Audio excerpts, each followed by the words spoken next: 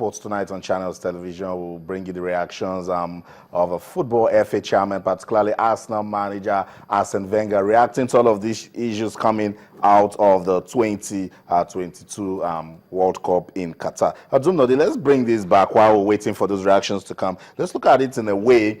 What's the problem actually that we're seeing out of this World Cup coming out? Is it political? Is it just concerns from Europe, or what is it? Well, I think for me, the beauty of football, the beauty of life is that you must adjust to changes. The African Cup of Nations was changed from even number of years to odd number of years because of the European calendar. Europe must learn to live with changes and changing circumstances, and that's what we have seen today. You don't want to play the World Cup when it's so hot because your players cannot adjust to those conditions, and it's screaming heat at that point, above 45, 47 degrees. Nobody can enjoy playing football at that level. So why not move it to a place, to a season where the climatic condition is very humane, and that's what they are trying to do. Like you mentioned, let's just expect what kind of innovation FIFA is bringing to the World Cup.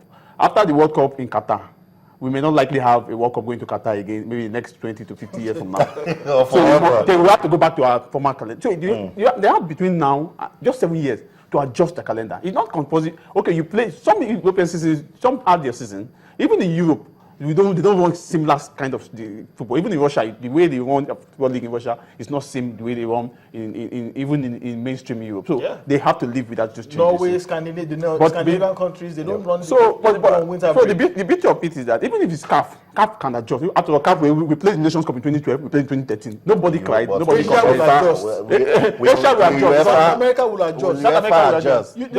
That's the major challenge. Aside for English Premier League. But some other countries, they may. In the Eastern European countries, they want to adjust. But the Western Europe, that's my question mark. The problem usually has to do with the contracts, the scientific contracts, schedules, marketing and promotion and sponsorship.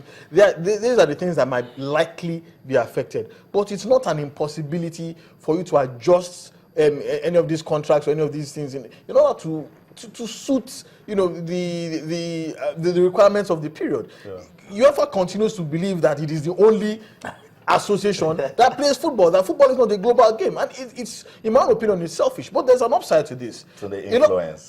Influence. I mean, they're obviously the richest, most powerful, most influential football association, but there's an upside to this. The World Cup is usually played after the leagues in Europe have been concluded, which means that these players have been playing for 9 months. They are tired, they are injured, the last thing on their mind is football. They want a holiday, and yet we ask them to go and play at the World Cup another 5 or 6 weeks. What if the World Cup is held at a time when they played probably 14 league matches? They are still as fresh as possible. They are still, at a high level. Then we get to see some really exciting games. So that's an upside to it. We see a World Cup where we are seeing players at the peak of their powers in the season, and everybody's going at it hammer and tongs because you have players who are at the fittest and at the best of their capacity. So for me, it's an upside, and they should think about that. Okay, that's it. Qatar 2022. We'll just wait to see what comes out of that. But then the Asian country says we want a World Cup in September and November. No, November and December. Arsene Wenger believes a tournament in during the winter period will be fantastic. Germany's Wuzang says, no, it's not appropriate, and that's Europe for you. Let's listen to these guys talk about these issues coming out of the 2022 World Cup in Qatar, and we'll come back, we'll talk some more. Stay with us. I think it's just... I regret that just... but that there is one period which, there will be not one solution which will be supported by all, but there is one solution which is coming out from this discussion, which is November, December 2022. I think the recommendation is towards November, December. But again, this is an option of others as well. Some people have some concerns, but whatever decision you're going to take, I think people will have some question about it. But again, we have to look at after the overall benefit of everybody. It'll be 32 teams, but if I say shorter, then it'll be a shorter by a few days.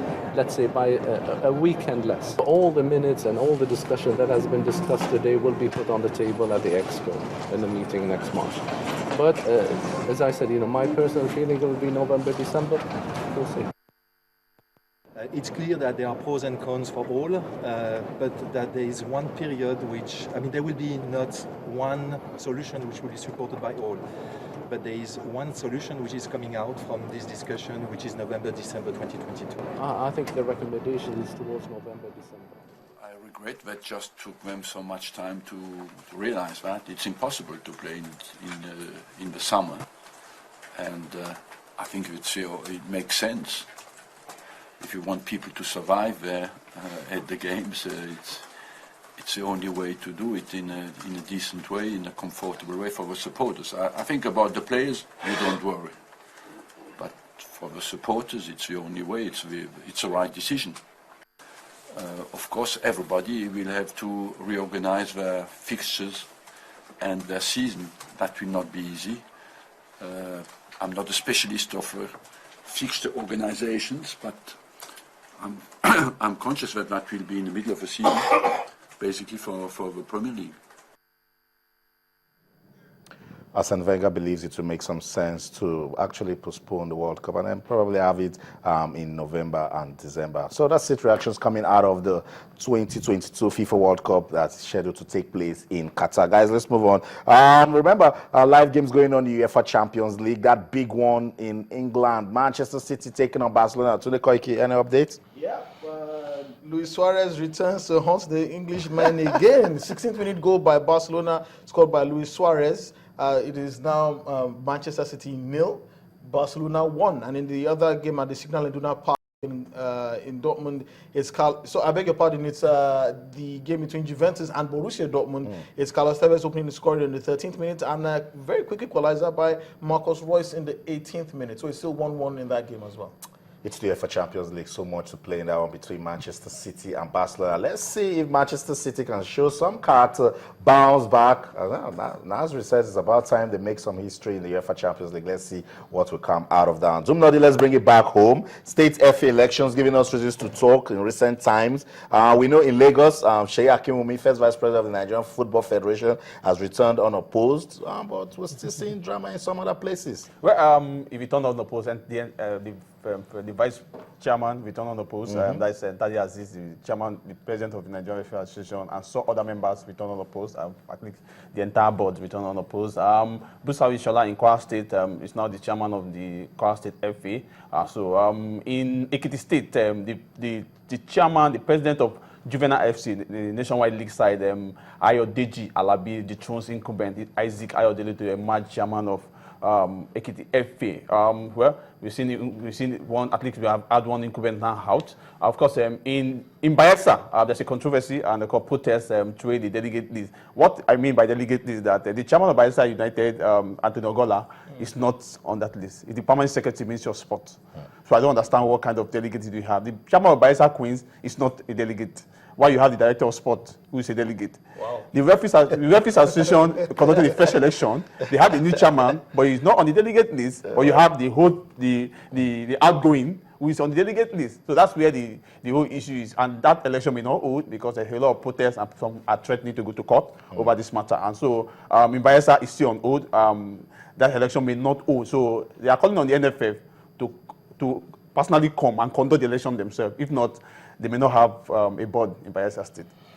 That's the power of football, state FA elections, and we're seeing all of this drama. Now you understand why David Ginola, JJ parties load and left. We're talking about the FIFA presidency. So that's it. We'll continue to give you updates coming from the state FA elections. But I told you, it's action-packed for those sports. Tunde Koiki, it seems the results have changed. Ooh, it's getting increasingly harder for Manchester City now.